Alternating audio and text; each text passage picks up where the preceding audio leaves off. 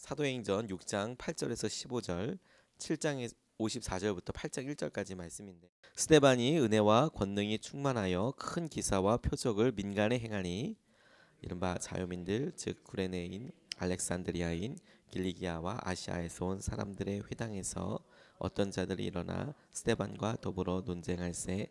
스데반이 지혜와 성령으로 말함을 그들이 능히 당하지 못하여 사람들이 매수하여 말하게 하되, 이 사람이 모세와 하나님을 모독하는 말을 하는 것을 우리가 들었노라 하게 하고, 백성과 장로와 서기관들을 충동시켜 와서 잡아가지고 공회에 이르러 거짓 증인들을 세우니 이르되, 이 사람이 이 거룩한 곳과 율법을 거슬러 말하기를 맞지 아니하는도다. 그의 말에 이 나사렛 예수가 이곳을 헐고 또 모세가 우리에게 전하여 준 규례를 고치겠다 함을 우리가 들었노라 하거늘, 공회 중에 앉은 사람들이 다 스데반을 주목하여 보니 그 얼굴이 천사의 얼굴과 같더라. 7장 54절에서 8장 1절입니다. 교독하겠습니다. 그들이 이 말을 듣고 마음에 찔려 그를 향하여 이를 갈거늘, 스데반이 성령 충만하여 하늘을 우러러 주목하여 하나님의 영광과 및 예수께서 하나님 우편에 서신 것을 보고 말하되, 보라, 하늘이 열리고 인자가 하나님 우편에 서신 것을 보노라 한데, 그들이 큰 소리를 지르며 귀를 막고 일제히 그에게 달려들어 성 밖으로 내치고 돌로 칠세. 증인들이 옷을 벗어 사울이라 하는 청년의 발 앞에 두니라. 그들이 돌로 스데반을 치니 스데반이 부르짖어 이르되, 주 예수여 내 영혼을 받으시옵소서 하고 무릎을 꿇고 크게 불러 이르되, 주여 이 죄를 그들에게 돌리지 마옵소서. 이 말을 하고 자니라. 사울이 그가 죽음 당함을 마땅히 여기더라. 그날에 예루살렘에 있는 교회에 큰 박해가 있어 사도 외에는 다 유대와 사마리아 모든 땅으로 흩어지니라. 아멘. 하나님 말씀입니다. 성령님의 인도하심에 순종하는 특별한 새벽 12번째 날입니다. 하나님께서 놀랍게 주의 은혜로 역사하고 계시는 것을 사도행전을 통해서 또 초대교회를 통해서 보여주시는데, 무엇보다도 사도행전에 있어서 가장 놀라운 은혜이자 기점은, 전환점은 성령님이 강력하게 임하셔서 사람들 가운데 당신의 임재를 드러내신 사건이 아닌가 싶습니다. 그로 인하여서 하나님께서 또한 분명하게 일으키신 많은 사건들과 기사와 이적들이 있었는데, 그것이 사람들이 보기에 특별하다, 신기하다, 신비스럽다 라는 관점이 아니라 성령님께서 하신 것이다 라는 관점으로 가만히 다시 한번 조명해서 보면, 사람들이 병을 낫고 하나님께서 뭐 이렇게 하신 이런 일들도 신기한 일이지만, 사람들이 말씀을 듣고 오는 것, 그리고 사람들에게 담대히 전하게 되는 것, 사람이 변하게 되는 것, 하나가 되는 것, 이런 것들이 성령님께서 정말 하고 있었던, 성령님이 아니면 설명될 수 없는 그런 일인 것을 우리가 말씀으로 보고 있습니다. 그런데 그 가장 놀라운 성령의 일들과 결과들 가운데 하나가, 열매 가운데 하나가 무엇이냐면 7 집사를 뽑은 것이 아닐까 생각이 듭니다. 어제 우리가 같이 말씀으로 붙잡고 기도했듯이 하나님께서 성령과 믿음으로 충만한 사람을 뽑으라 라고 하자마자 바로 사람들 가운데 뽑혀지고 하나가 되고 했던 것들을 보게 되었습니다. 하나님께서 이 모든 일들을 통해서 우리에게 역사하여 주셨을 때 주의 사람이 나타나게 되고 그 사람이 놀랍게 사역을 하게 되는 것이죠. 근데 그가 성령으로 충만했다는 것을 보여주듯이 오늘 그렇게 뽑히자마자 그 중에 가장 유명한 사람이었던 스데반이 담대하게 사람들 앞에서 복음을 증거하는 내용으로 쭉 이어지게 됩니다. 집사들을 뽑자마자 그가 사람들 앞에서 설교를 하고, 그리고 그 사람들 가운데 어떤 증거를 했는지가 길게, 오늘 스데반의 설교를 우리가 다 읽어보진 않았지만 사람들 앞에서 이렇게 이야기하는 장면들이 나오게 됩니다. 흥미로운 사실은 무엇이냐면, 스데반이 교회의 구제 사역을 위해서 뽑힌 사람이라는 겁니다.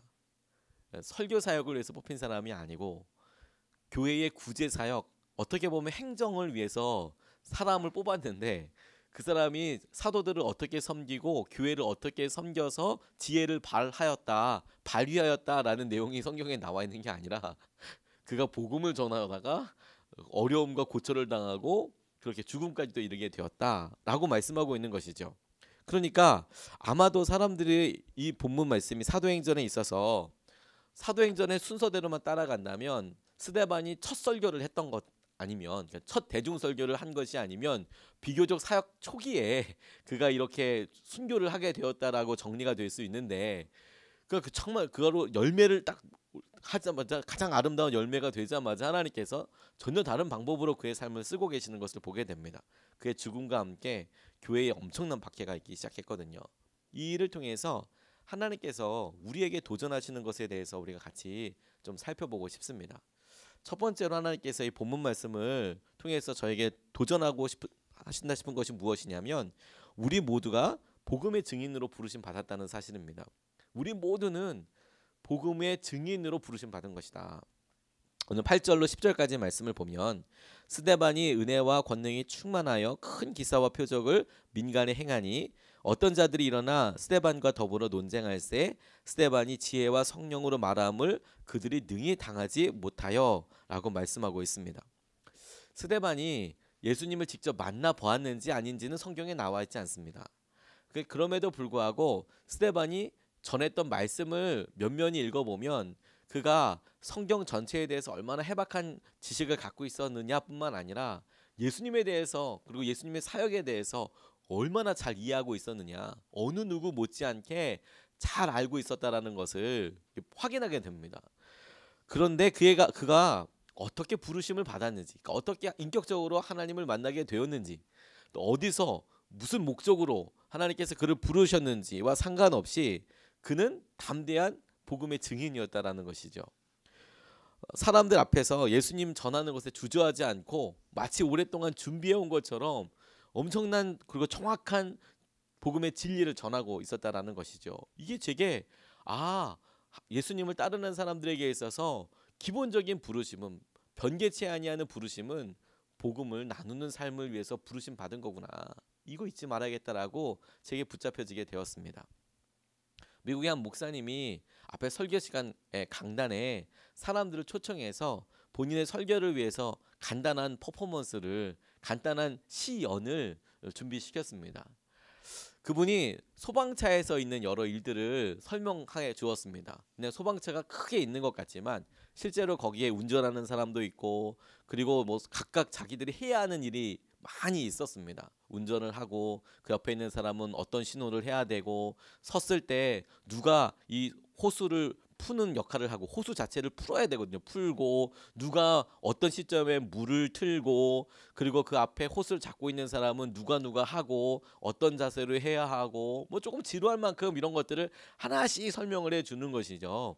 그리고 잘 숙지해 보라고 이렇게 도전해 봤습니다. 그래서 잠깐의 시간을 준 다음에 사람들한테 잘 이해했냐고, 뭘 해야 하는지 이해했냐고, 다 이해했다고 이렇게 이야기하자마자 목사님이 그분들에게 물어보셨답니다. 자, 여러분들은 그러면 무엇을 위해서, 무슨 목적을 위해서 여기 있는 거죠? 라고 물어봤더니 사람들이 자기가 이런 일을 하는 이유는, 이렇게 천천히 돌려야 하는 이유는, 물을 더 나중에 틀어야 하는 이유는 뭐 안전하기 위해서, 뭐가 어떻기 위해서, 이런 이유들을 쭉 자기가 간단하게지만 숙지했던 그 일을 놓고 이러이러하기 때문에 자기가 이 일을 한다라고 이야기하더라는 것이죠. 그런데 그분은 아니 그게 아니라 여러분들이 이곳에 와 있는 이유가 뭔지, 이곳에서 이걸 한 이유가 뭔지 아냐고. 그리고 대답하기를 불을 끄기 위해서 와 있는 거라고. 불을 끄기 위해서 소방차를 몰고 소방차에 있는 여러 가지 일들을 배운 것이라고. 근데 우리가 교회에 있어서 또 하나님께 온전히 반응하고 예수 그리스도의 복음을 붙잡기 위해서 우리 각자가 부르심 받은 게 다 다릅니다. 어떤 사람은 교회에 자기가 할 수 있는 것으로 날마다 성실하게 봉사하는 것으로, 찬양을 하는 것으로, 기도를 하는 것으로, 갖고 있는 재능과 또 관계를 이용해서 하나님께 행하시는 것들 각각 다 다르겠지요. 그리고 그것을 잘할 수 있는 사람들이 있습니다. 그런데 그래서 너는 결국 무엇을 위해서 부르심 받은 것이냐? 라고 물어본다면 한 가지라는 것이죠. 우리는 예수 그리스도의 복음의 증인되기 위해서 부르심 받은 것입니다. 그리고 이것이 주님께서 우리에게 서로 시너지를 일으키고 서로 우리가 부대껴서 주님 안에서 행하시는 것을 알고 보도록 그렇게 하나님께서 우리를 이끄시는데 사용하고 계신다라는 것이죠. 후안 카르로스 오르티즈 목사님께서 교회에 대해서 이야기를 이렇게 얘기하셨습니다. 교회는 유람선이 아니고 군함이 돼야 한다. 몇몇의 사람들이 다만 열심히 일하고 그 열심히 일하는 사람들은 뭐 경치나 이런 거 보는 게 아니라 정말 죽도록 일하고 그 돈 받고 일하고 가고, 또 그것과 상관없이 배에 타 있는 사람도 또 유람하면서 좋다 아름답다 풍경을 즐기면서 가고, 이런 유람선이 아니라 군함은 각각 자기가 할 일이 다 정해져 있고 또 싸우기 위해서 부르심 받은 사람들로서 자기의 마땅한 일들을 다 겸비하고 준비할 뿐만 아니라 하나 되는 것을 위해서 나아가듯이, 교회는 그렇게 천천히 세상 가운데 세상이 얼마나 아름다운가, 세상 가운데 어떤 일들이 그냥 보여지는가를 위해서 부르심 받은 것이 아니고, 주님께서 이 땅에 영적인 전쟁을 일으키시고 또 하나님 나라를 확장하기 위해서 우리를 부르시고 이끌림 바 받았다 하는 것을 기억해야 한다라고 도전하셨습니다. 저는 그 말이 정말 맞다고 생각이 됩니다. 하나님께서 우리를 예수님의 사람들 교회로 불러주신 이유도 똑같다라는 생각이 들었습니다. 우리가 예수님의 복음 그 증인이 되기 위해서 부르심 받은 것입니다. 그러니까 오늘도 우리가 기도하는 이 자리가 중요한 것이고, 오늘 우리가 돌아가는 우리의 직장과 우리의 가정과 우리의 만남이 너무너무 중요한 것이죠. 왜냐하면 그것을 위해서 주님께서 우리를 불러주셨기 때문에 그렇습니다. 그게 주님의 부르심의 목적이라는 것을 우리가 다시 한번 붙잡게 되겠습니다. 또 두 번째로 주님께서 제게 깨닫게 해주고 붙잡게 해주신 것이 무엇이었냐면 스데반의 삶이었습니다. 성령님의 임재로 인한 가장 아름다운 열매 가운데 하나가 아닐까. 근데 그럼에도 불구하고 열매이자마자 하나님께서 하나님 나라를 위하여 심으신 첫 번째 미랄이 되어 버렸습니다. 오늘 60절로 8장 1절을 보면 이 말을 하고 잔다라고 이야기하는 설교를 쭉 길게 해오고 사람들이 분노하는 이런 이야기가 나옵니다. 그리고 사울은 그가 죽임당함을 마땅히 여기고 그날에 예루살렘에 있는 교회에 큰 박해가 있었다. 그리고 다 흩어지게 되었다. 이게 스데반 설교로 인한 엄청나고 강력한 결과였습니다. 스데반이 설교한 것으로 인해서 사람들이 분노하였다. 사람들의 스데반의 설교로 인해서 철저히 죄가 드러나게 되고 그 죄 가운데 반응하게 되었다라는 것이었습니다. 왜? 그게 복음이었기 때문에. 복음에 대한 세상의 응답은 두 가지밖에 없습니다. 자신의 죄가 드러나는 것으로 인하여서 자기의 죄를 깨닫게 되면 통에 자복하고 돌아오든지 아니면 성질내고 분노하게 되는지, 둘 중에 하나밖에 없다. 근데 우리는 간혹 이런 생각을 합니다. 우리가 전하는 복음이 사람들에게 폐가 되지 않을까, 사람들이 이것으로 나를 싫어하지 않을까라고 이야기하지만 예수님은 미리 그 일에 대해서 이야기하셨습니다. 세상이 너희를 싫어하는 것이 아니라 나를 싫어하는 것이다. 왜? 예수님께서 당신으로 인하여서 우리의 죄가 드러나게 하시니까 세상이 나를 미워하는 것이다 라고 말씀하셨죠. 그래서 자신의 죄를 통하여서 하나님께서 행하시는 것들을 우리가 보게도 되는 것입니다. 그런데 잊지 말 것은 엄청나게 많은 사람들이 돌아오는 것으로도 역사하시지만, 그런데 그것이 우리에게 핍박과 환난으로도 드러나게 된다는 것이죠. 두 가지가 다 하나님의 역사라는 것입니다. 미국의 시카고 근교에 있는 해몬드 제일 침례교회라는 곳이 있습니다. 유명한 이유는 무엇이냐면 거기가 미국에서 제일 큰 주일학교가 엄청나게 큰 주일학교, 교회학교 아이들이 때를 이루고 있는 그런 교회이기 때문에 그렇게 유명한 교회라고 합니다. 그런데 거기에 가보니까 강단에 굉장히 특별한 장치가 되어 있는 겁니다. 방탄유리가 설치가 되어 있는 것이죠. 여기 제 앞에 방탄유리가 이렇게 설치되어 있다고 생각해 보십시오. 앞에 강단을 자세히 보신 분들은 알겠지만 드럼 같은데 유리판 이렇게 씌어 있는 거 아십니까? 뭐 그런 느낌이라고 생각하시면 되겠습니다. 앞에 유리로 이렇게 방탄 이렇게 있으니까 저게 뭔고 싶지 않겠습니까? 그러니까 한국에서 방문하신 목사님들이 이거 뭐하러 있는 거냐고, 이게 뭐 아름다움을 위해서 있는 것도 아니고 이게 도대체 뭘 위해서 있는 거냐고 물어보니까 이런 일들이 있었다라는 것이죠. 이 목사님이 하도 죄를 이야기하시고 죄인이다 이렇게 얘기할 뿐만 아니라 아무튼 설교만 하게 얘기하시면 우리의 죄가 막 다 드러나는 것 같으니까 그 교회 성도 중에 설교 듣다가 너무 참을 수가 없어서 강단을 향하여서 2명이나 총을 쐈다는 거죠. 권총을 들고서 쏴버렸다는 것이죠. 이게 무슨 레이건 대통령도 아니고 이게 뭐 암살도 아니고 이게 지금 앞에다 참을 수가 없어서 총을 그냥 쏴버리는 사건이 한 번도 아니고 2번이나 있었다는 것이죠. 그래서 복음을 전하는 것, 그 말씀에 대해서 드러나게 되는 것이 이제 이렇게 총 맞을 수 있는 거니까 방탄유리 설치해 놓고 설교하게 되었느라고. 제가 그 이야기를 듣고 야, 목사님도 정말 귀하다.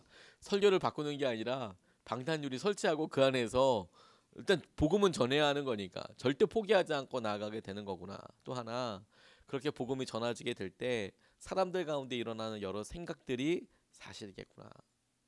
그러니까 우리가 나가서 여러분, 하나님께서 우리를 통하여서 혹시나 관계 가운데 어려움이 있을 때 이것이 내 연약함 때문인지 아니면 이것이 내가 전하는 복음 때문인지 내가 믿고 있는 예수님 때문인지를 생각하고 그리고 순종해야겠다는 생각이 들었습니다. 또 하나 여러분, 혹시 우리들의 마음이 어렵다면, 어려운 일을 겪게 되었다면 즉각 물어봐야 합니다.